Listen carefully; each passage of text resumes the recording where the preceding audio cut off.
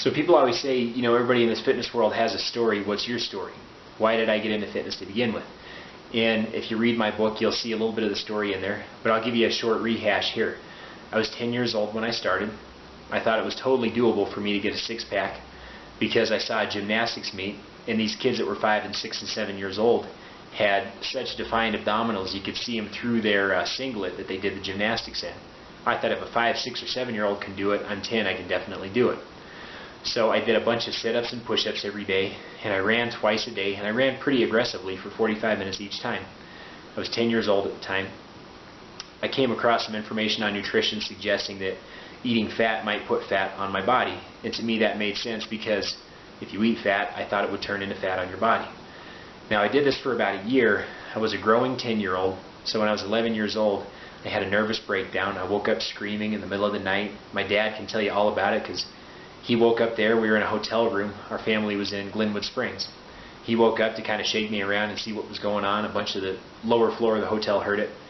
We went to the front desk. We had to assure them everything was okay. We went and walked around outside. I was scared of the dark for the rest of the summer. Had to go see a psychologist. Went to a psychiatrist. She prescribed Prozac.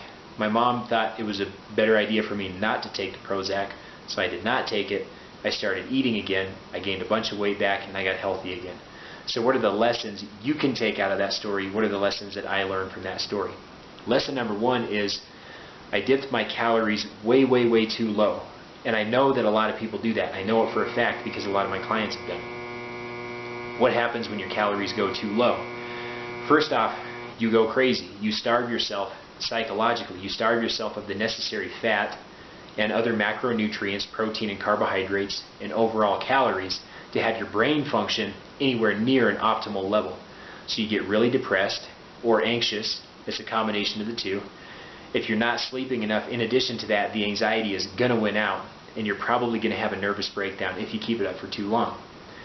So low calorie is not good for you psychologically. Low calorie is also not good for you physically.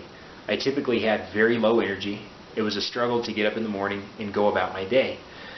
Nobody wants to have low energy, even if that meant you were going to lose a little bit of body fat. Okay, the next point is low calorie did not give me the muscular, lean physique that I wanted. Low calorie actually made me lose muscle. My stomach still stuck out, but my arms got really skinny. That was the exact opposite of what I wanted. So my approach was wrong. My discipline was in the right place. I had tough discipline. I was tough on myself. I did it for a full year, from 10 to 11 years old, and that's admirable in and of itself. But I was doing the wrong things. If you do a lot of the wrong things, that's not going to turn into the right thing. So one of the biggest lessons that I learned there that I want you to take out of it is don't keep banging your head against a wall. If you've been doing the same diet now for 5 years and your body weight's been the same or increased over the past 5 years, that's not working. It's time to switch it up.